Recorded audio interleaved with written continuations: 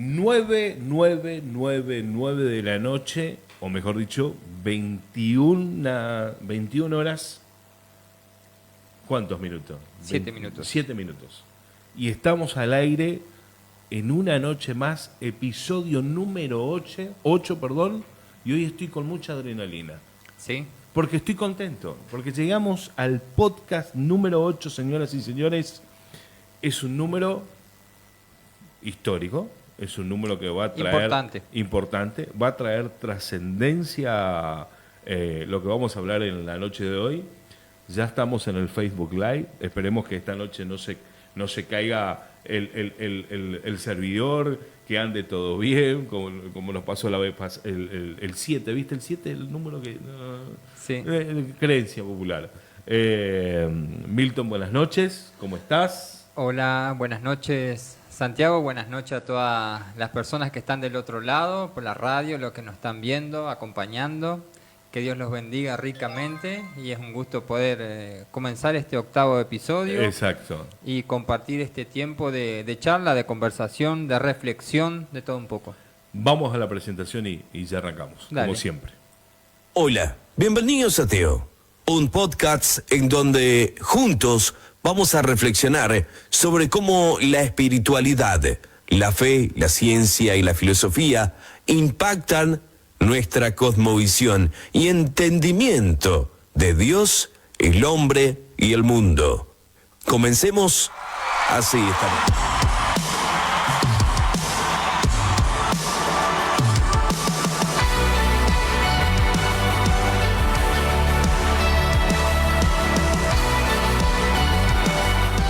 Qué fuerza que tiene este tema, por favor, y como es un podcast, no lo dejamos entero, no se puede escuchar el tema musical, porque nosotros tenemos que ingresar mentalmente en un lugar en el cual tenemos que escucharnos, tenemos que prestar atención y tenemos que, por sobre todas las cosas, tener presencia, ¿sí? Y sabemos que tiene presencia nuestro Señor en cada podcast que hacemos, ¿sí? Y también hoy tenemos que ser muy, no sé si cautos, no sé la palabra cautos, no, eso no. Yo creo que no. Yo creo que tenemos que ser sabios al momento de hablar, más que nada, ¿sí? Tener la guía, ¿sí? De cada uno con su conocimiento para poder charlar del siguiente tema que vamos a desarrollar e invitar a los que están del otro lado a que se comuniquen con nosotros al 3735-578339, que es nuestra línea de comunicación directa, o si no, también en el Facebook nos dejan ahí su pregunta. Ya estoy abriendo todo acá en la máquina para poder conectarme con ustedes que están del otro lado, ¿sí? Así que nada más, yo ya hice mi presentación, yo soy el que voy poniendo las piedras en el camino, los palos en la rueda, yo soy el malo de la película esta noche. Señoras y señores, con ustedes la presentación de Milton.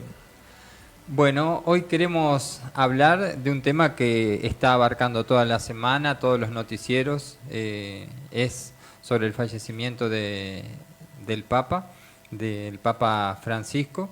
E incluso el día sábado va a ser la ceremonia en el Vaticano, ¿no? Así que creo que es un tema que afecta a toda la sociedad y a todas las naciones, por así decirlo. E incluso en esta ceremonia velatoria el día sábado hay presidentes de todo el mundo, representantes, sí. Se tomaba la imagen del Papa, Bergoglio, Francisco, como el nexo con Dios, ¿no? Sí. Esa es la realidad del mundo, de los líderes, ¿no? Y cuántas cosas podemos decir sobre eso, pero vamos a ver cómo se va a desarrollar eso. Y ¿no? La injerencia que tiene una figura así. Exactamente. ¿No? Porque acá lo que venimos a charlar y hablar es, yo quiero también en este programa aprovechar para compartir un poquito con la gente que está del otro lado sobre el cardenal Jorge Mario Bergoglio. Ahí está. Más que el Papa Francisco. Exacto, porque detrás de esa imagen hay una persona. Hay una persona que es mucho más cercana a nosotros, los argentinos, a la argentinidad, a nuestras culturas, sociedad, forma de pensar. Y bueno, quiero acercar ahí, quiero traer un poco de él, de como cardenal, de su vida en Buenos Aires, para conocerlo mejor, porque en primer lugar, Santiago, viste que pasa esto de un papa argentino. ¡Ay, por favor, qué presencia! Qué cosa, ¿no? Y yo pensaba antes de venir, viste, todo lo que tenemos. Todo lo que tenemos. Te pusiste a pensar, arranquemos por lo deportivo. Maradona, Gabriela Sabatini, ¿sí? Referentes del deporte. Sí. Lionel Messi, Maravilla Martínez, el boxeador, la judoka, la Preto, la Pete, campeona mundial. La campeona mundial. Y te podemos seguir hablando. En Fangio en su momento, en la Fórmula 1, ¿no? Colapinto ahora en Fórmula 1. Y el Papa Bergoglio.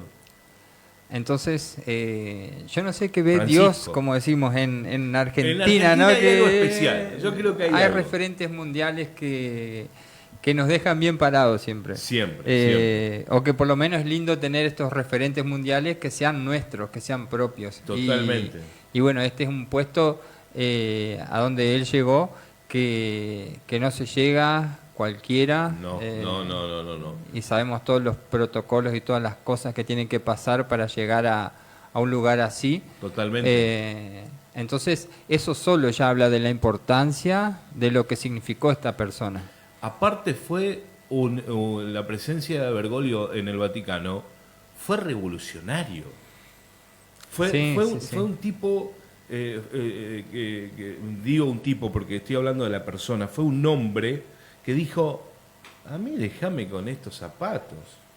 No, pero tenés que ponerte el rojo, ¿te acordás? Sí, no, sacame esto, pero tenés que llevar este crucifijo. No, a mí es el que traigo toda la vida, que tenés que ponerte la túnica roja. No, yo voy de blanco. O sea, un tipo que agarró y dijo... Apuntó a la sencillez, ¿no? A la sencillez. Sacó mucho del protocolo que había de todas las exquisiteces, por así decir. Exactamente. Y fue a lo sencillo.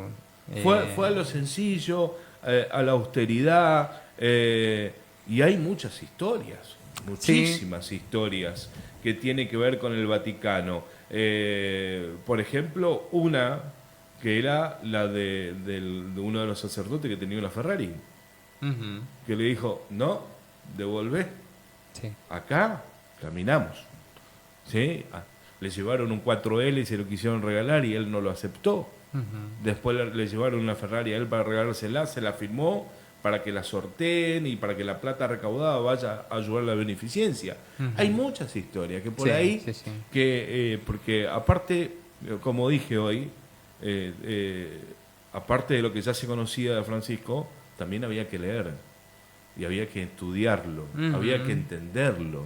Por eso es lo que quiero desglosar un poquito en el programa de hoy, ¿no? Perfecto. Porque una cosa, digamos, por eso quería hablar un poco como cardenal, porque de Papa es la vida mucho más pública, lo que mucho más se conoce de él, y la vida de cardenal es más propia y quizás más allegada a los católicos, y mucha comunidad, muchos ciudadanos de Argentina que no son católicos no conocen, o quizás de otros países también que pueden ver el programa, no conocen el aspecto de su vida, su forma de creer, de entender la fe en la iglesia, así que quiero ir por ahí.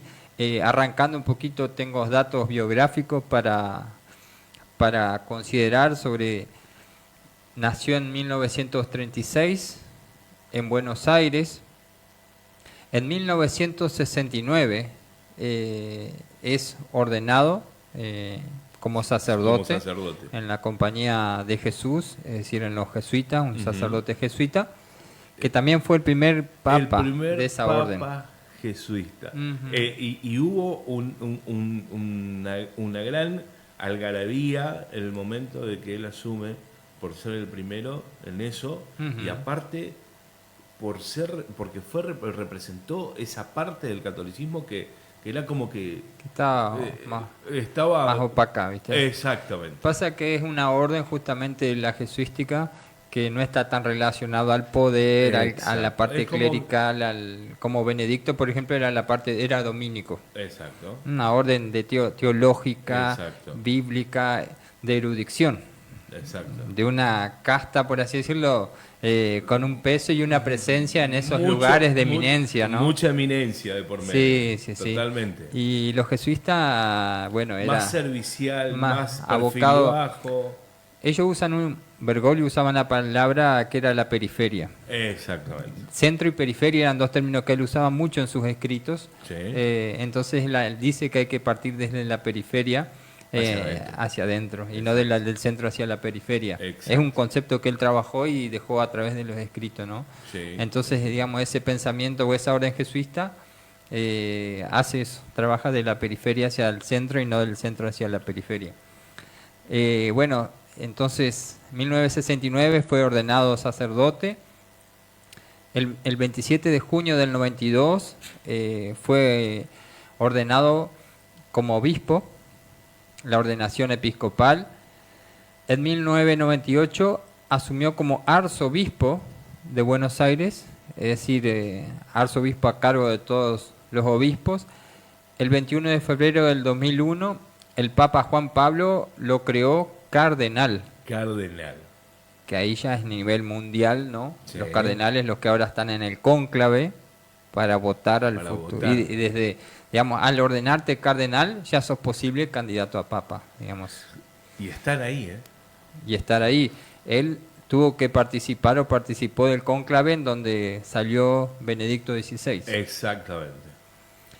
Y en el 2013 asume como Papa Francisco y bueno, hasta esta fecha, este lunes, que fallece con esos 88 años. 88 años y encima el domingo dio su última palabra, la última homilía. Exactamente, increíble.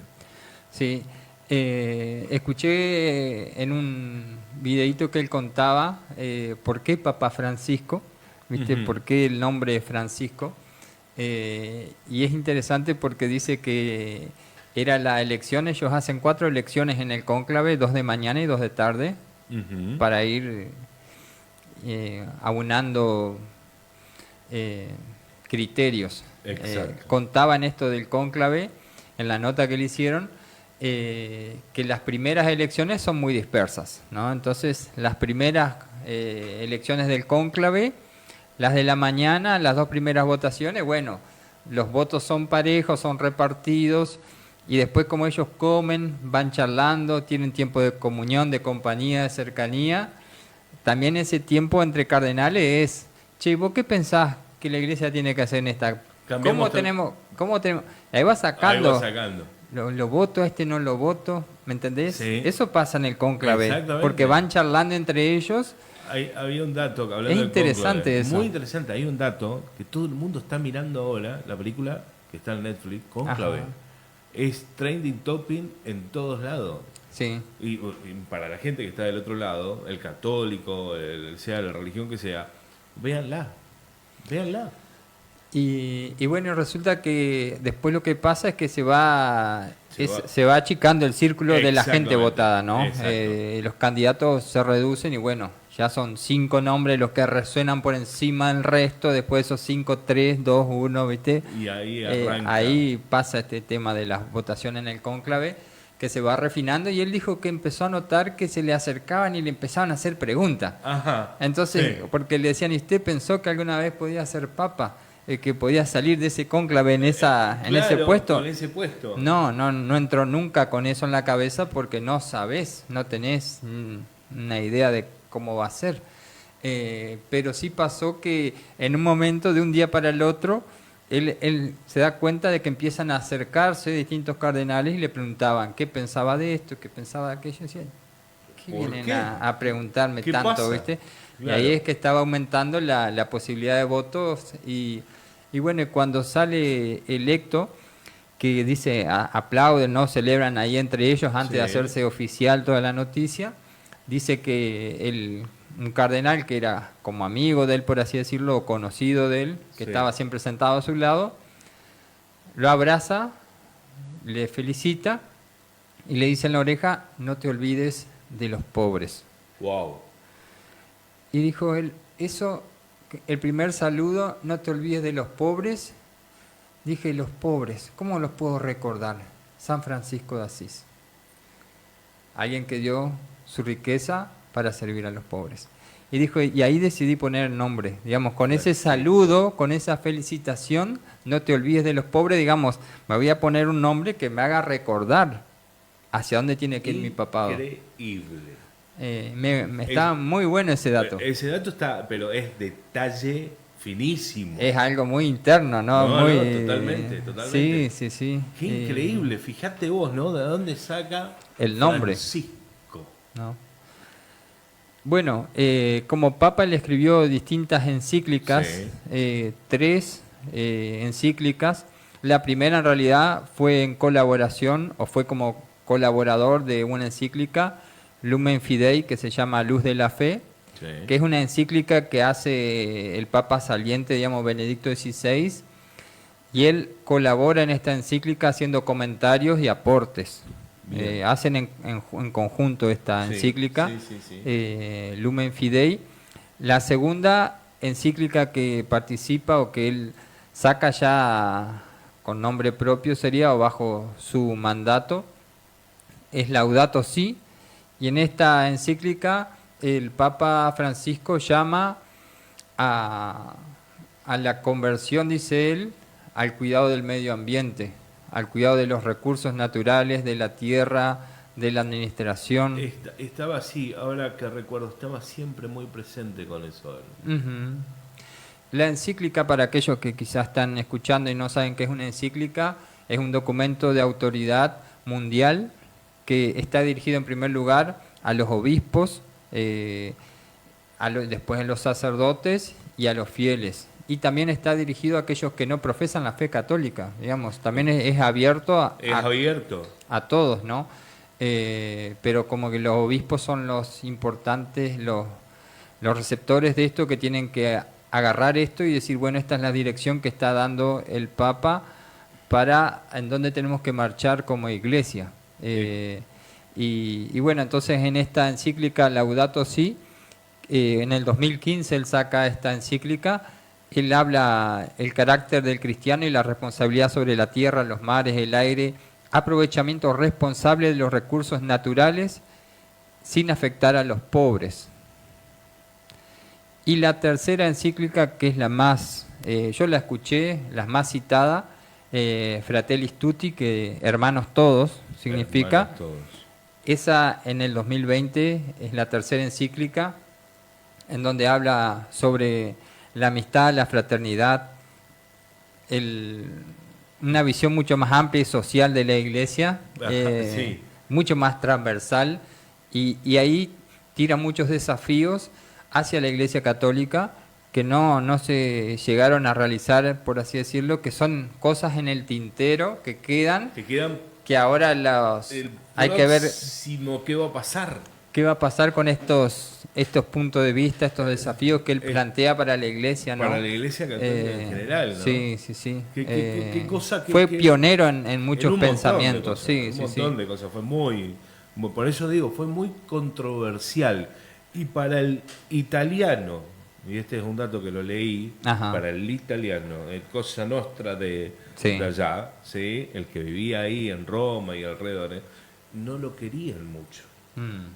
Porque él era el papa revolucionario, como lo dije hoy al principio. ¿Sí? A él vos lo veías caminando. Compraba el helado en la heladería que estaba ahí, a una cuadra de su humilde morada, ¿sí? E iba caminando él, no mandaba a comprar. ¿Sí? Él se iba a la verdulería. Sí, y sobre todo el concepto de otredad, digamos, cómo él considera al otro. Exacto, yo de por acá tengo, de igual a igual. Exacto. Tengo unas citas acá de él que hace en una oportunidad en 2019, en una visita a Marruecos, en África, en africano, él dice, el auténtico creyente no puede menos que mostrar que Dios es amor y que ese amor se traduce en respeto y cercanía al otro. Apa. Que el amor de Dios lo traducimos en amor y respeto al otro, y eso es lo menos, dice, que podemos hacer como creyentes. Si nos consideramos creyentes, tenemos que partir de la base del amor y respeto al otro, ¿no? Del otro. Digamos, estaba en Marruecos en medio, en países en donde el cristianismo no es el cristianismo, no es la religión oficial. Donde es totalmente perseguida la religión. Y en Fratelli Tutti, que es esta del 2020, la encíclica, él afirma, la Iglesia aprecia la acción de Dios en otras religiones y no descarta que el Espíritu pueda actuar en ellas. Bien. Un punto de vista sí, muy atípico a lo que venía el lineamiento de la Iglesia. No muy objetivo tampoco, que digamos, si vamos al caso. Queda abierto, ¿no? Abierto, sí. Porque él era también, en ese lugar tenés que ser diplomático, digamos, en las cosas que transmitís. No, totalmente. Aclaramos algo. Cuando Milton estaba haciendo la producción del día de hoy, ¿sí? Que estaba preparando el tema, habíamos invitado a una persona que venga. Y no vino, no nos contestó. Pero queda abierta la invitación. Por ahí el próximo jueves dice, voy. No contesté antes porque estaba ocupado. Entonces, bueno, que seguramente que le llegue el mensaje que le estuvimos esperando, ¿no? Sí. Una cosita. Hay una frase que él dijo el domingo, dice, ser feliz es dar gracias por cada mañana por el milagro de la vida. ¿Sí? Que tu vida se convierta en un jardín de oportunidades para ser feliz. Ser feliz no es tener una vida perfecta. Usa errores para esculpir la serenidad. Qué mensaje que dejó. Sí. Es fuerte. Los errores para la serenidad. Qué desafío. No es fácil. No es fácil. Bueno, hablando de esta característica que él tenía de ser abierto y de todas un poco estas citas que comparto, la apertura hacia los evangélicos también, porque a eso viene esto, ¿no? De él aceptar que Dios se mueve en otros lados, no solo dentro de su iglesia. Y él hizo cosas que no se hicieron, pero en miles de años.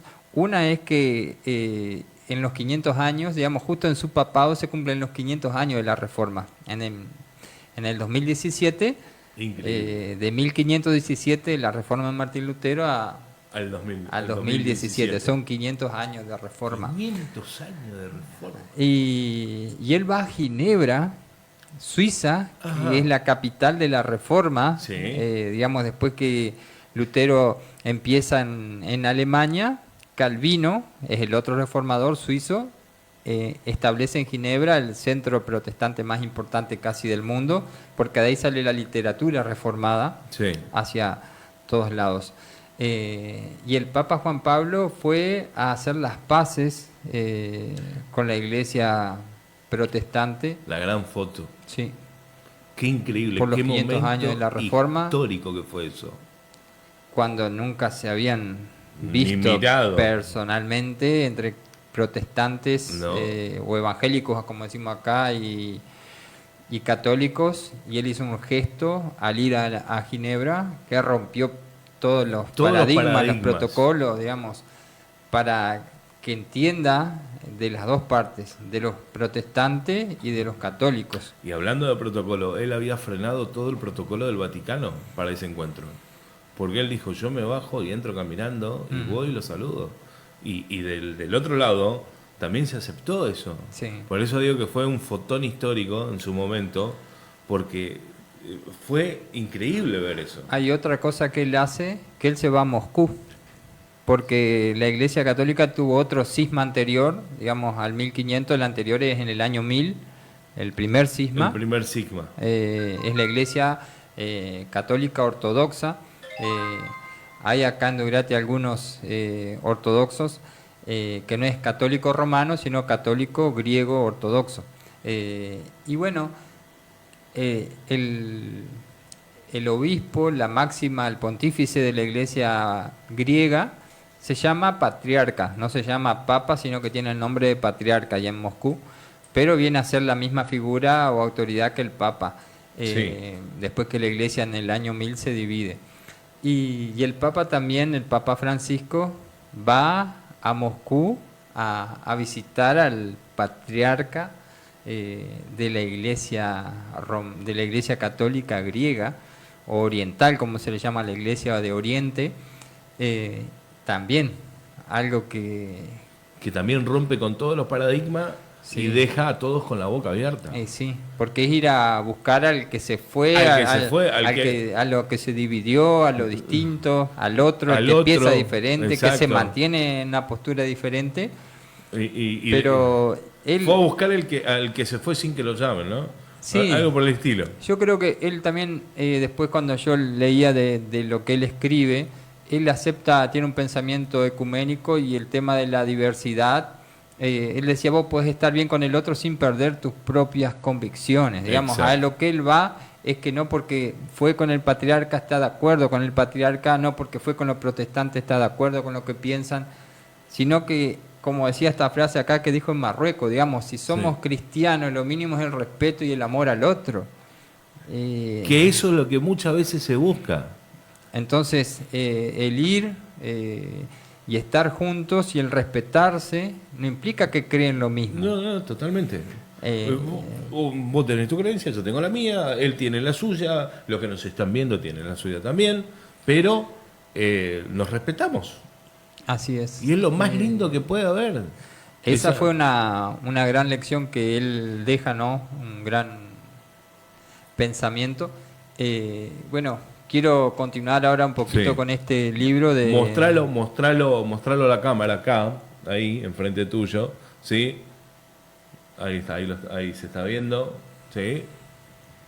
La nación por construir, Cardenal Jorge Mario Bergoglio, editorial Claretiana, y el año, 2001. 2001. No. Mientras que 2013. 2013. Bueno, mientras que Milton busca ahí bien para charlar sobre ese librito que trajo. ¿Cuántas páginas tiene Milton? Hablando de todo un poco, ¿no? Porque él había sacado varios así, ¿no? Sí, 78. 78 páginas. ¿Por qué pregunto la cantidad de páginas? Porque era una persona que constantemente hacía estudio, escribía mucho. Escribía y no quería sacar uno cada 2 años o uno cada 3 años, quería sacar uno cada tanto, para que sea parte guía, referencia. Hay una cuestión de Francisco, de Bergoglio, el que amaba tomar colectivo y caminar, ¿sí? El que le gustaba la pizza y la Fanta. Aclaro también otro de los datos que también sabíamos, y es importantísimo, ¿no? Y están súper accesibles y aparte lo compras en Mercado Libre y en cualquier librería, esa es la realidad. Sí. Bien, dejando eso de lado, a la gente que está del otro lado conectada, muchísimas gracias. Deja tu opinión, acompáñanos en esta noche del podcast, sino también al 3735-578339. Puedes dejar una reflexión respecto a Francisco, ¿sí? Tu opinión sobre él, qué te pareció, qué te gustaría o qué recordás de lo que él hizo, y lo compartimos acá en el programa. Así es. Estaba mirando las encíclicas, me bajé algunas, están accesibles para todo público en PDF. Estamos hablando de 190, 210 páginas, 160. Son documentos importantes y hay que leerlos con mucha calma. Por eso distintos hay que entenderlos. Sí, la terminología también, ¿no? Eso es otra cosa. A mí lo que leí me gustó mucho. Leí una parte de una de las encíclicas Muy buena estaba. Mirá vos. Bueno, sí, tiene un lenguaje teológico que tenés que... Lógico, hay si que no, agarrá el conocerlo. diccionario y lo vas... Sí, hay que, o sea, con el diccionario al lado, pero hay que conocerlo, y por más que tenga el diccionario al lado, hay que entenderlo también, Milton. Sí. Esa es la otra. Pero sí, estos libros que él escribió como cardenal son mucho más prácticos y van a la vida sencilla, o La Nación por Construir. Él habla de 3 puntos acá, de tener un acercamiento a las raíces del pueblo argentino. Él habla de reconstruir la nación. Bien. Y dice, para tener un país mejor, significa recuperar el rumbo, la utopía de crear un futuro, desafiando esta forma de pensar coyuntural y cortoplacista. Digamos, estamos llevados por lo urgente, por lo inmediato. Y para hablar de reconstruir la nación, dice Bergoglio, necesitamos poner el freno de mano. Digamos, si queremos hablar de proyecto de nación, reconstruir Argentina, levantar a Argentina, sacar a Argentina adelante, proyecto de nación, es otra cosa. No podemos seguir en el ritmo que estamos y decir, bueno, la iglesia va a ser así, asá. No. Entonces vas a jugar con palabras. Exactamente. Es lo que está diciendo acá ya en la introducción del libro, es que un proyecto de nación, querer una Argentina requiere pensamiento y requiere tiempo, desafío, discernimiento, usa la palabra discernimiento y compromiso. Y compromiso. Uh-huh. Y ahí seguramente más adelante lo vas a leer, llama a la unión. Sí. Llama mucho a la unión. Uh-huh. El tener que hablar, el pensar. El diálogo. El diálogo, mucho hace mucho diálogo. énfasis en el diálogo. Y acá dice uno de los que escribió un prólogo al libro, sí. Carlos Acaputo, dice, el arzobispo, hablando de Bergoglio, ha puesto a la Iglesia de Buenos Aires en estado de asamblea y a la pastoral social, desde el rol que nos toca, intentar generar espacios de reflexión, intercambio y de trabajo en esta área de reconstrucción de nuestra patria, abierto tanto a católicos, a los miembros de diferentes confesiones religiosas y a aquellos hombres y mujeres de buena voluntad que sientan la misma responsabilidad.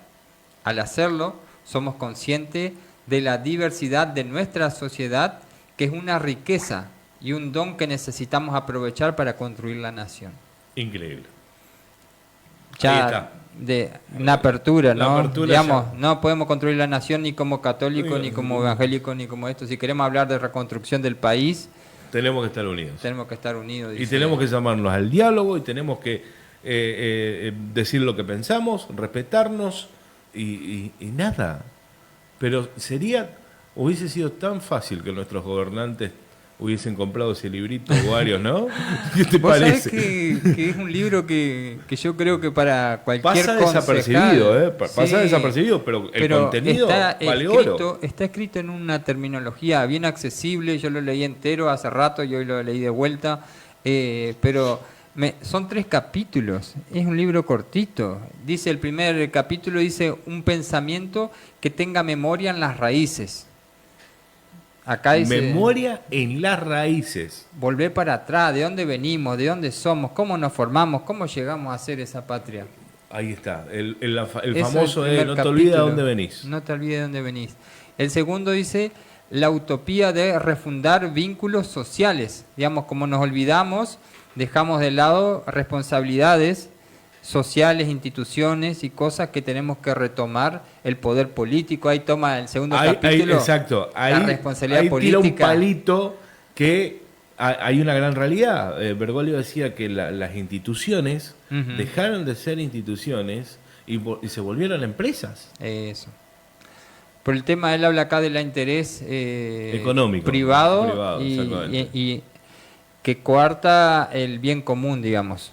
No perder el rumbo en esto de hacer algo para el bien común o para el interés personal.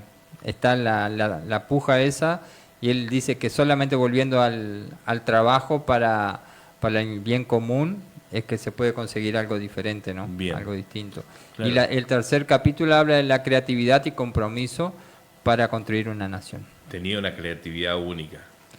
Muy bueno está. Lo recomendamos a la gente, al que lo quiera comprar, ¿sí? Nosotros no lo vendemos, aclaremos, No. ¿sí? Pero algún católico que por ahí no lo conoce y lo quiera tener la referencia, Sí. ahora le voy a sacar una foto y sí. lo vamos a publicar en el Facebook. Sí. Bueno, en este primer capítulo que él habla de volver a las raíces, haciendo un análisis de Argentina, porque por eso yo quería tocar este tema, porque habla de nosotros, Sí. digamos, de los argentinos de nuestra sociedad. Dice que experimentamos un tema que es la orfandad. Orfandad. Uh-huh. Que eso nos está caracterizando como argentinos. Exactamente. Uh-huh. O sea, estamos sin rumbo, sin papá, sin mamá, sin tío, no tenemos nada. Estamos solos. Hemos perdido, hay una discontinuidad en la memoria relacionada con el tiempo y con la historia. Se perdió el vínculo generacional de transmisión de relaciones, de conocimiento, de valores generacionales. La famosa, ¿cómo que se llamaba? La generación de hierro. Uh-huh. Sabemos que el 2000 para acá tenemos la de cristal. Los millennials, se perdió esa necesidad de los domingos compartir en familia cosas, uh-huh.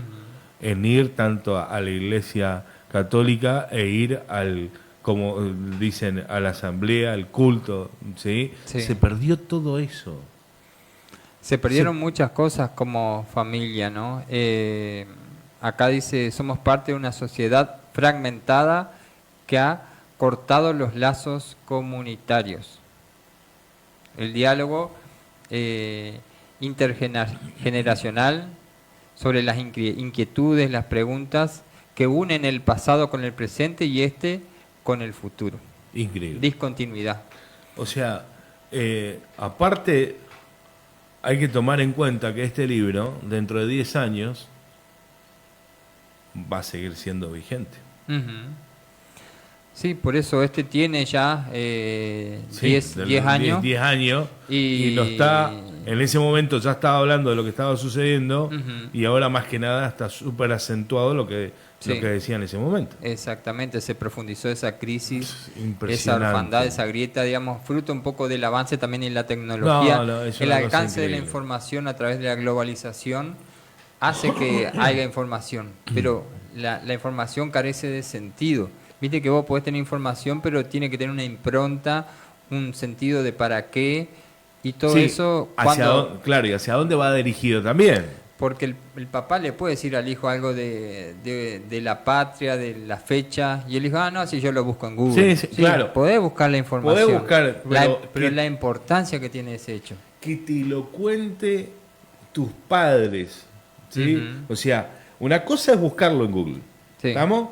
Sí, bueno, un ejemplo, qué sé yo, 25 de mayo, voy a darte un ejemplo patrio, por así decirlo. Uh-huh. No, mirá vos, qué sé yo, sí, el negrito que vendía él, sí. Revolución, le tiraba el aceite, perfecto, ¿estamos? Pero ahora, que tu padre te cuente y te lo diga, se vivía de esta forma en esa época, sí. Porque tal vez mi padre heredó de su padre y su abuelo en descendencia, uh-huh. Heredó esa historia, ¿sí? Con valores y con detalles, uh-huh. Que nuestros hijos no sé si lo perdieron, pero las futuras generaciones ya no lo tienen más. Me pasaba algo con la celebración del 9 de julio ahí en Crespo, Entre Ríos, de donde soy, sí. Que allá está la compañía del ejército, está el territorio del ejército y tiene su lugar de capacitación para soldados y todo esto, tira al blanco y los cañones y todas estas cosas, la artillería. Entonces el ejército era parte de los actos, de las cosas culturales que se vivían, y para la fiesta del 9 de julio, el Ajá. Desfile que se hacía en la ciudad, desfila el ejército, y el ejército tiene allá unos carritos con ollas, unas ollas que dos rueditas. Ajá, parecen cisternas en realidad. Parecen cisternas, exactamente. Pero ahí cocinan adentro. Ahí cocinan adentro.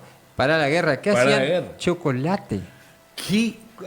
¿Vos sabés el chocolate amargo que se hacían ahí los militares? Piel de gallina me agarra, Milton. Y vos sabés que yo agarraba y vos tenías que ir con tu jarrita y te servían ahí el chocolate, ¿viste? Y no existía la jarrita de plástico, era metal. La metálica. Que te quemaba y... Y acá yo recuerdo... Y yo le contaba esto a mi hijo, ¿viste? Al mayor, le contaba cómo eran mis 9 de julio y cómo a mí me gustaba el desfile. ¿Y cómo son ahora? Y cómo son ahora, que a veces, bueno, hay hasta poca gente en los actos. Poca gente, ¿viste? En los actos hay hoy. Y ahí no entraba una cabeza en la plaza, ¿viste? Ni en la calle a los costados no entraba nadie. Y ¿viste? tal vez no era por el chocolate o la masa, ¿sí? ¿Está? Pero sí, repartían factura también, sí. Bueno, yo vengo de vivir acá sobre la ruta en la escuela 527, mi mamá directora. En el 85, 86, 87, actos, ¿sí? ¿Dónde se compraba la factura? En esa época la única panadería, el pan de Gusti. Ajá. ¿Sí? Sí. A la mañana temprano, los ollones grandes, ¿sí? Se cavaba la zanja, esa la fosa, la leña. Venían los padres de la cooperativa, de la cooperadora. De la cooperadora. ¿Se acuerdan? De los chicos, sí. De los chicos, porque los padres ayudaban. ¿Sí? Las madres con esos palos a revolver la cascarilla del cacao para hacer. Y después se colaba. ¿Sí? Era un laburo que arrancaba a las 6 de la mañana. Y para el que está del otro lado escuchando va a decir, esto es tan loco. Pero no, arrancaba a las 6 de la mañana. Y fíjate dónde nos lleva todo esto, ¿no? Como hoy en día, si no es... No sé, creo que hace poco, no sé si se sigue haciendo al más. No sé, capaz que alguien del otro lado sepa que se sigue haciendo en la escuela eso, que nos avise, porque vamos, cuando se hace, vamos, llevamos el tarrito de lata y todo, pero que es tan lindo toda esa época. Entonces está esto, ¿no? De acá menciona esta discontinuidad generacional, la pérdida de las cosas de valor de una generación a otra, como un problema de punto de partida, digamos, si queremos una nación, construir una nación, tenemos que partir de recordar de dónde venimos, de dónde somos. Hay un desarraigo, otro punto que presenta es el desarraigo espacial, existencial y espiritual. Dice que se perdió el amor al terruño, esas palabras, viste, que son propias acá. Sí. Se pierde la dimensión identitaria del hombre con su entorno, con su terruño, con su comunidad. Ya te dijo todo. Pierde el amor al lugar y si perdés el amor al lugar, está muy bueno el desarrollo que hace Bergoglio, porque dice, si perdés el amor a tu lugar, perdés el amor al proyecto de vida. Porque ya no tenés tierra, entonces no podés tener proyectos. No, ya no. Porque el proyecto viene a través de relaciones. Exactamente. Y las relaciones son con la gente que conocés, los recursos que podés conseguir. Entonces dice, si vos no tenés terruño, amor a un lugar, no podés tener un proyecto serio de vida. Totalmente. Y si no tenés proyecto, tampoco tenés espiritualidad. Y ahí pasa al tercer punto, que se pierde la espiritualidad por el perder, por andar. Él habla de esto de como de mudarse en Argentina, de una provincia a la otra, de un lugar al otro continuamente, y se pierde todo esto, ¿no? Muy interesante que habla, dice, podemos estar en todo lugar sin que sea mi lugar, o estar en lugares sin lugar, que no sean nada, que un lugar no sea nada, que no represente nada para la persona. Me impactó mucho esto, ¿no? De la dimensión de desarraigo, del terruño, el desarraigo de los proyectos y desarraigo de la espiritualidad, que al irte del lugar perdés también un montón de otras cosas que van junto con al dejar un lugar, ¿no? Increíble, ¿no? Sí, buen análisis. Como que se desprende, se desgarra y te vas perdiendo en el camino varias cosas, ¿no? Sí, no es solo un cambio de lugar. ¿Qué cosa? Así que claro, está muy bueno el análisis. No, totalmente. Y aparte te vas a otro lugar donde tenés que entrar en un lugar donde vos venís con tus creencias, tus historias, tus convicciones, que no son la misma de la donde vas. Ay, por Dios, qué feo. Y bueno, dice, en tercer aspecto de la orfandad es la caída de certezas. la patria, se perdió el sentido de la patria, la revolución, incluso la solidaridad, tienden a ser vistas con curiosidad, con burla, con escepticismo. La pérdida de certeza alcanza también fundamentos como la persona, la familia, la fe. La caída de certezas, de pérdida de referencias, es de carácter global, se da a nivel mundial y constituye una nueva certeza del pensamiento contemporáneo. Entonces habla de la pérdida de certezas, de cosas, instituciones, de familia, ¿no?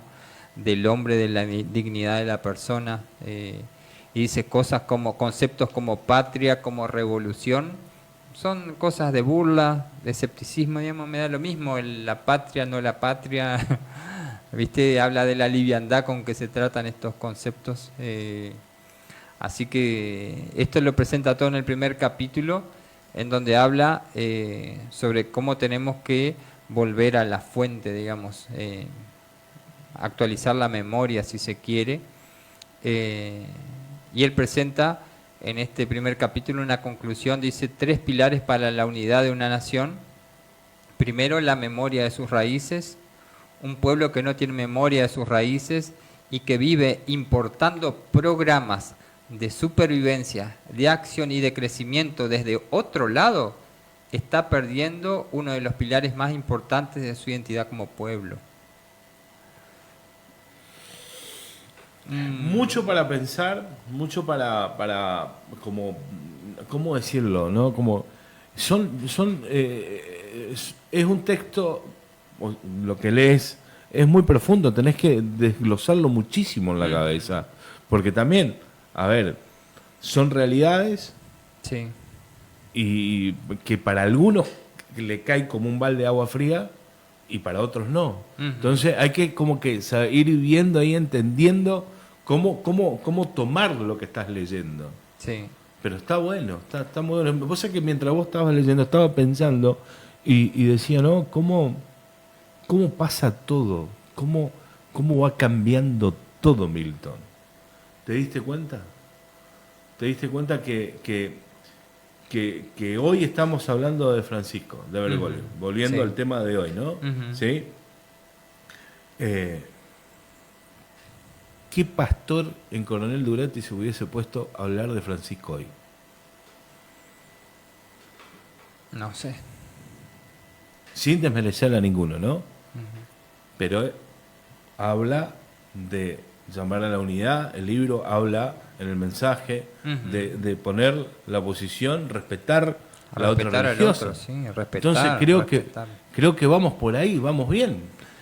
Yo creo que eso es la base de cualquiera, digamos, coincido plenamente con las palabras acá de él como Francisco, ¿no? Si nos decimos cristianos tenemos que partir del respeto. Exacto. A veces uno ve tanta violencia en las redes sociales que yo vi con esto justamente del Papa, expresiones muy extremistas. Muy ¿no? extremistas. Hoy leí una que no me gustó incluso para nada. Recibí mensajes privados también. ¿Apa? Sí, de personas cuestionando, diciendo, haciendo ver cómo piensa otro distinto. O sea, a ver, hay una cosa. Voy a decir algo. Cuando uno hace ruido, ¿sí? Todos chillan.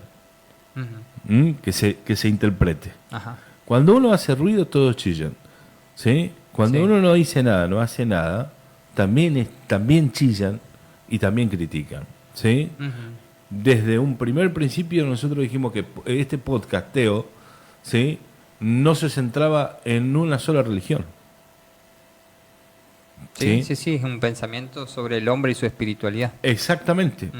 Acá estamos hablando de teología, estamos hablando de la cosmovisión, estamos de los puntos de vista. Entonces, respetamos las opiniones de los demás. Totalmente. Pero que respeten la posición que podemos ya tener vos o yo. Nada más. Totalmente. Aparte acá, algo que yo quiero aclarar, Santi, es que yo no estoy haciendo juicio de valor ni del catolicismo, ni del protestantismo, ni de los pastores. Yo no hago juicio de valor y digo esto me parece bien, esto me parece mal, que el Papa era así, que el Papa... Pero yo quién soy para decir... Claro, pero digamos, si estamos ¿a cuántos kilómetros estamos? Más de 11.000 kilómetros, vamos a suponer, de esta persona. De esta persona, en Italia. ¿Qué puedo decir yo de acá gratis de alguien que está a 11.000 kilómetros y juzgar de la vida de una persona que ni seña Por favor. Digamos. Que si estuviésemos parados ahí en la plaza, en el Vaticano, iba a pasar por ni nos iba a mirar tampoco. O sea, hay que ser realista. Lo que hoy sí nosotros estamos haciendo en este programa es recordarlo. Y informar. Contarle a la gente en base a su vida, a sus hechos, en base a los libros que él escribió. O sea, nos basamos directamente en lo físico de un libro y en lo que todo el mundo sabe también y vio de Francisco. ¿Sí?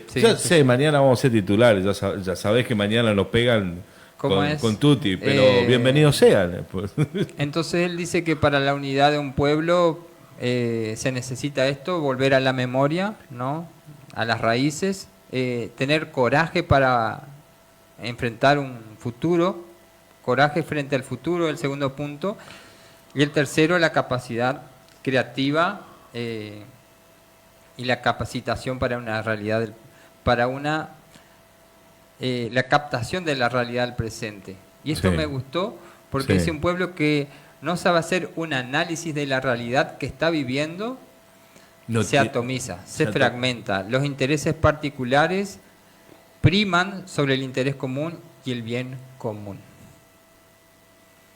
Cuando un pueblo dice no tiene la capacidad de ver en dónde está parado, digamos, volver a las raíces, proyectarse al futuro y partir de donde estamos. Esa es la unidad de un pueblo, dicen. La premisa principal. Clara, ¿no? Mirar para atrás para ver de dónde vengo, quiénes somos, para no creernos más ni menos y dejar de importar ideas de afuera, dice. Proyectarnos porque tenemos que tener una visión del país que queremos, cómo queremos, pero después dice la capacidad para analizar qué es lo que hay. O sea, te está dando el manual único. Y aparte, volviendo a algo, no olvidarnos de dónde venimos. ¿Sí? Y capaz que, a ver, no lo quiero que lo tomen a mal, no quiero que esto sea, y me hago cargo de lo que digo, pero como dice Fantino, pará. Vos me estás diciendo que Francisco dijo, venimos desde allá atrás, miles de años, y desde ahí, de ese momento... Cuando el flaco que lo tiraron en la cruz resucitó hace poco, y después de ahí salieron todas las religiones, después de ahí, a pesar de que algunas ya estaban, pero la mayoría vienen de ahí. Entonces, venimos del mismo lugar, muchachos. Como el cuento de la Andricina, y pensar que estos empezaron con un... ¿Cómo era que? Cuento de la Andricina y pensar que estos empezaron con un Via Crucis. Tranquilos. Sí. Creo que es justa y necesaria todas las aclaraciones que estamos haciendo porque soy de mente abierta y el programa es de mente abierta. Dice en el segundo capítulo que avanzamos un poquito, el segundo capítulo habla de los vínculos sociales, de la responsabilidad con las instituciones y todo esto. Dice, debemos recuperar organizada y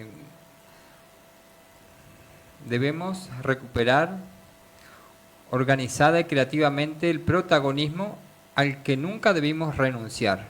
Por ende, tampoco debemos ahora volver a meter la cabeza en el hoyo, dejando que los dirigentes hagan y deshagan.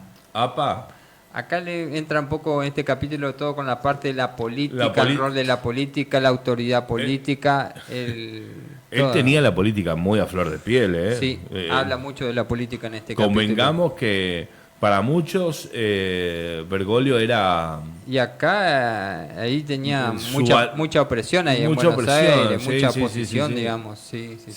Experimentó mucha Me acuerdo cuando las madres de Plaza de Mayo lo criticaban, por no decir otra cosa, y bueno, y ahora lo estuvieron llorando. Medio raro, ¿no? Dice el Martín Fierro, dice Bergoglio, orienta nuestra mirada hacia una vocación como pueblo, como nación, nos invita a darle forma a nuestro deseo de una sociedad en donde todos tengan lugar. El comerciante porteño, el gaucho del litoral, el pastor del norte, el artesano del nordeste, el aborigen, el inmigrante, en la medida en que ninguno de ellos quiera quedarse él solo con la totalidad y expulsar al otro. Sacado del Martín Fierro esto, él cita del Martín Fierro acá que sigue siendo actual, ¿no? Mira, que un libro tras otro y sigue siendo actual. Sigue siendo actual, ¿no? Dice donde el comerciante porteño, ¿no? En esta jerga que usa el gaucho del litoral y toda esta... habla de qué idea de país, por eso en este segundo capítulo habla de qué país queremos, digamos. Claro. ¿No? De cuál es el futuro que proyectamos y bueno, habla mucho esto de la política, el ejercicio de la autoridad, cómo se debe ejercer la función política. Cita acá a Juan Pablo II también y habla de que la Iglesia es responsable de hacerle entender al ser humano, digamos, cuál es el rol de la Iglesia, dice él, que el ser humano entienda el poder, la dignidad, del ser humano y la importancia de proyectarse, de tener un destino, de compromiso social, que la Iglesia tiene esa tarea, ¿no? De formar una verdadera cultura y de construir un buen pensamiento sobre el hombre y la sociedad. Bien. Señores, ¿qué hora es? ¿10 de la noche ya? Ajá. Pero no, soy el dueño de la radio, querido, sigamos. No. Seguimos un rato más, porque la verdad que está interesante lo que estamos hoy comentando, ¿no? Gracias a la gente que estuvo del otro lado enganchada, a los observadores golondrina, como siempre digo, muchísimas gracias por pasar, mirar, a los que están escuchando el programa del otro lado también. Recuerden que Teo está en Spotify, que todos los capítulos que vos estás viendo o escuchando en este momento, lo vamos subiendo a Spotify para que puedan, por supuesto, volver a escucharlo, disfrutarlo, ¿sí? Que lo usen, que nos critiquen, que es lindo. Qué lindo es saber que uno es criticado. Mejor y más publicidad. ¿Cómo es? Quiero leer una definición de madurez, que él dice que cómo tiene que ser un ciudadano maduro. Bueno, ahí no entro, pero bueno. Dice, la madurez es la capacidad de usar de nuestra libertad de un modo sensato y prudente para llegar a un punto de madurez, es decir, para que seamos capaces de decisiones verdaderamente libres y responsables. Es preciso que nos hayamos dado y nos hayan dado tiempo. El hombre prudente, maduro, piensa antes de actuar, se toma su tiempo.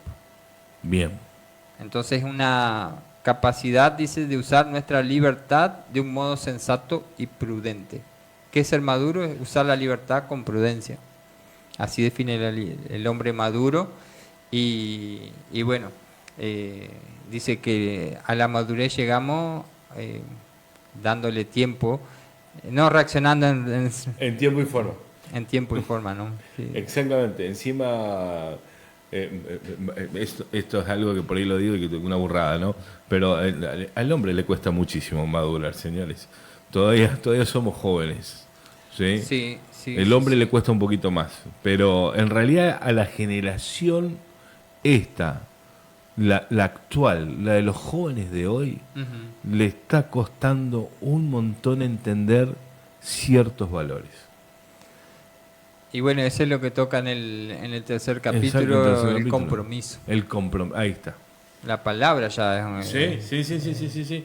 Es lo que una de las cosas que más cuesta con esta generación. El tener palabra, el estar abocado a algo. Los chicos no tienen esa vocación. Hay chicos que están todavía... esto salió en el 2000, a ver si te acordás. El famoso año sabático después del secundario. Sí. Yo terminé el secundario, mi papá me dio a elegir o la varilla de paraíso, el trenzado o el de mimbre. Elegí cuál te gusta, pero vos seguís estudiando. Hoy en día te salen con eso. O sea, a ver, y no ataco a la juventud, porque no es mi intención, pero volvemos al compromiso, a la palabra, a la idea de formarnos en tiempo y forma, y para poder seguir, avanzar. Y sí, yo creo que tiene que ver con esto de la discontinuidad que él planteaba acá en el primer capítulo. Hay una discontinuidad generacional, una orfandad, como él dice, una pérdida de la paternidad, de ser en la ciudad, de ser ciudadano, me refiero, ¿no? De las responsabilidades. Y acá en el tercer capítulo que habla del compromiso dice: debemos terminar con la cultura de la corrupción y revalorizar la cultura del trabajo. Me parece que no. Lamentablemente no lo va a poder ver, y es humor negro, ¿no? Pero fíjate lo que ya venía escribiendo hace tantos años atrás. Y fíjate, él dice zafarse, salvarse y zafar por el medio más directo y fácil posible. Frases como la plata trae la plata, nadie se hizo rico trabajando, creencias que han ido abonando una cultura de la corrupción, tiene que ver sin duda con esos atajos por los cuales han tratado de sustraerse de la ley y ganar el pan, y no ganar el pan con el sudor de la frente. Entonces acá habla de la viveza, la famosa, él menciona acá también la viveza criolla y todo esto, ¿no? Habla de que Argentina tiene que cambiar este pensamiento si quiere salir adelante, ¿no? Habla de la cultura del trabajo y esa viveza entre comillas, ¿no? La viveza famosa criolla. Viveza criolla que le dicen. Pero fíjate las frases armadas, está bueno porque... Es una yo tras cuando otra, la leí, viste, dije, upa, nadie se hizo rico trabajando. Los conceptos que metía en un adolescente diciéndole eso, exactamente. ¿no? Sí. Pero esto viene a ser, viene hace tiempo. Mirando por acá, ¿no? Miro y sigo mirando. Gracias a la gente, ¿no? Gracias a los que están ahí del otro lado. 203 visualizaciones en la noche de hoy. Son visualizaciones, gente que en un momento entró y nos miró. ¿Sí? Mínimo es 1 o 2 minutos. Y hay gente que siguió enganchada. ¿Sí? Bueno, les saludamos a todos, ¿no? Y estamos abiertos, como siempre decimos, a que nos tiren propuestas, temas que quieren que charlemos, así charlamos de lo que les interesa. ¿Cuándo van a venir a sentarse acá en el estudio? Las puertas de la radio están abiertas, saben dónde queda. Así es. ¿Sí? Porque un cebador de mate que pedimos la vez pasada tuvimos, pero no pasó nada.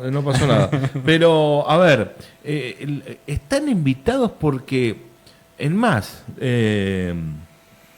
si no quieren salir, no salen. No, porque no hay una parte donde no sale la cámara, ni tampoco se dice el nombre. Si no quieren, se habilita el micrófono y pueden opinar tranquilamente y libremente, con respeto. Con respeto, sí. Con respeto, porque aparte hay gente que nos está escuchando del otro lado y siempre con respeto se llega a buen puerto. Hay muchas cosas muy, pero muy interesantes que se van a ir desarrollando con el tiempo en Teo. ¿Sí? Entonces invitamos a que ustedes sean parte, porque esto no es algo que tiene un formato hecho tampoco. No tiene un formato. Acá vamos para todos lados. ¿Sí? El más, si un día nos dicen, vengan a hacer Teo en TV, nos vamos a hacer Teo en TV. Ahí sí. No hay ningún problema. Y estamos en constante evaluación. Evaluación, ¿no? Exactamente, porque ustedes son los que nos evalúan del otro lado, son los que dan el veredicto final en algunas opiniones que ustedes tienen, ¿no? Para terminar, quiero cerrar con unas parábolas. Él menciona una parábola espectacular. A ver. Él dice, el buen samaritano como una opción de fondo para reconstrucción de la patria. Apa. Encima los títulos que le pone, me encanta, ¿no? La parábola del buen samaritano nos muestra que con iniciativa se puede hacer una comunidad a partir de hombres y mujeres que sienten y obran como verdaderos socios y conciudadanos.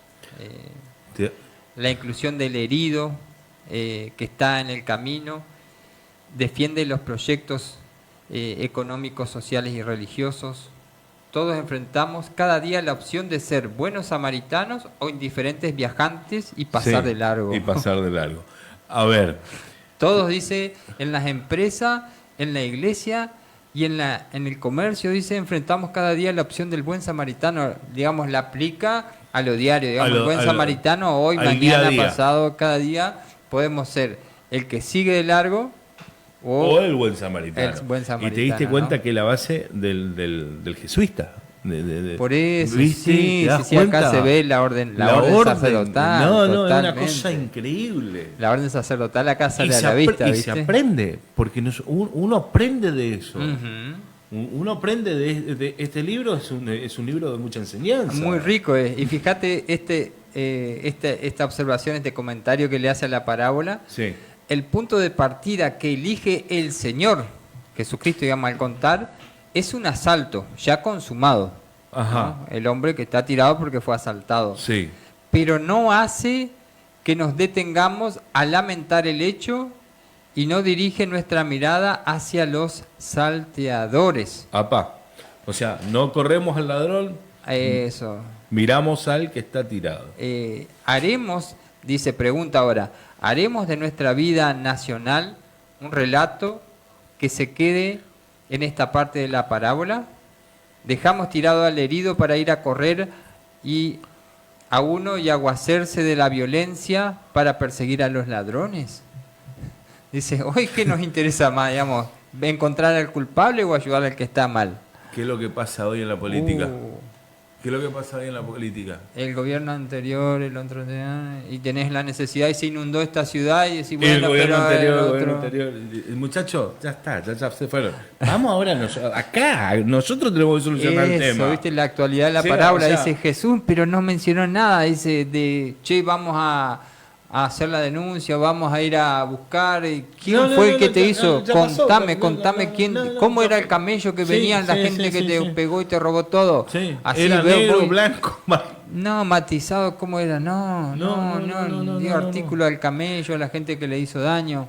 Después miramos acá hay un herido y necesita atención. Ya. Entonces dice, Jesucristo ni se centró en el salteador, ni lo menciona más. Parte de que es un hecho consumado y vamos a las necesidades de esa persona. Ayudemos espectacular. Ahí. No. Increíble.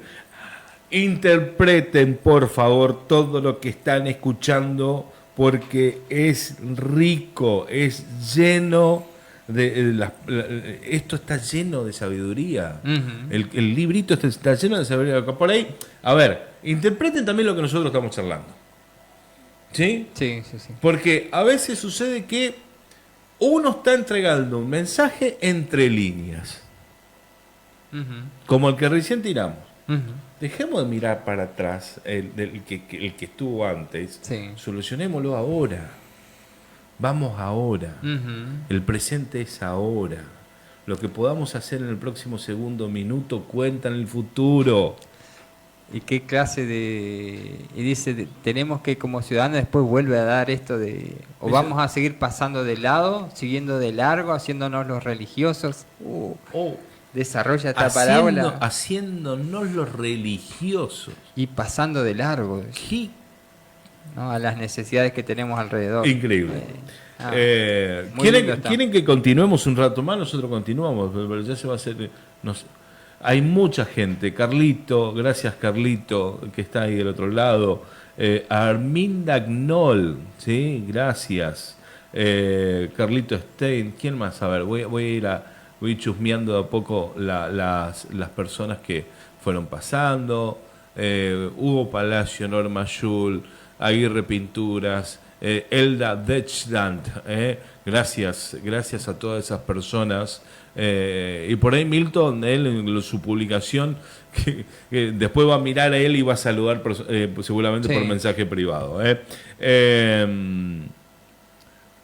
Se tiene que enganchar a esta idea de poner en práctica el respeto de las opiniones. Sean conscientes de que el otro puede pensar distinto. Que yo miro el 9 y el otro mira el 6, dibujado en el piso. Porque cada uno tenemos un punto de vista diferente. Cada uno tenemos una ideología diferente. Y que siempre podemos aprender, digamos. Yo totalmente. Yo no tengo toda la verdad y siempre puedo aprender de lo que el otro me puede decir. Y Dios puede obrar a través de todas las personas que son hechas a su imagen y semejanza. A cualquier persona puede usar Dios para decirme algo a mí. Exactamente. No tiene que esa persona cuadrar dentro de mi cosmovisión de la vida, de la religión, del ¿no? cristianismo, para que me pueda decir algo que me ayude y yo pueda aprender. Puede ser algo que no coincida y pueda en un área, en un aspecto de la vida, darme una enseñanza. Darme una enseñanza o justamente dar en el clavo con algo que estabas equivocado. Y nos pasa todos los días. Enseñanza digo yo porque siempre hablo, o estoy con el tema de la enseñanza. A veces puede ser un ejemplo, digamos, claro. No una enseñanza, puede ser una acción que hizo que, mirá vos, era así. Era así. No era como yo la pensaba. Sí. Porque muchas veces nos pasa. Muchas veces pensamos que la tenemos re clara, que la re sabemos, y a veces nos equivocamos porque tenemos un punto de vista diferente. Acuérdense, como dice el título del programa, de acuerdo a la cosmovisión, volvemos siempre a lo mismo, de acuerdo al punto de vista de cada uno. ¿Sí? Acá no impartimos justicia religiosa, simplemente expresamos opiniones. Termino con esto de la otra parábola que cierra, él dice del trigo y la cizaña.